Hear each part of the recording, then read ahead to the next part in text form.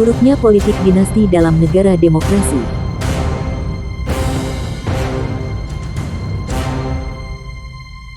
Politik dinasti adalah praktik di mana anggota keluarga atau kerabat dari seorang politikus mengikuti jejaknya dalam bidang politik. Politik dinasti sering dianggap sebagai tanda buruknya demokrasi, karena dapat mengurangi kualitas representasi, keterbukaan, dan akuntabilitas dalam pemerintahan.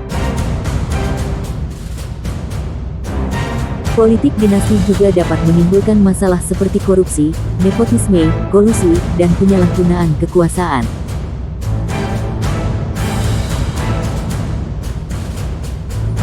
Beberapa sumber yang membahas tentang buruknya politik dinasti di dalam negara demokrasi adalah podcast yang mengundang seorang peneliti dari Universitas Indonesia untuk berdiskusi tentang dampak politik dinasti terhadap proses demokrasi dan kaderisasi partai di Indonesia.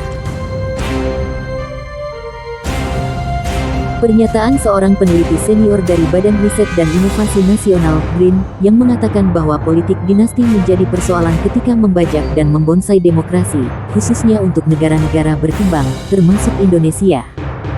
Opini yang mengkritik praktik politik dinasti di Indonesia, yang dianggap sebagai bentuk nepotisme dan oligarki, serta mengancam stabilitas dan keberagaman bangsa. Opini yang menyebut politik dinasti sebagai komorbid demokrasi, yaitu suatu kondisi yang memperburuk penyakit demokrasi yang sudah ada.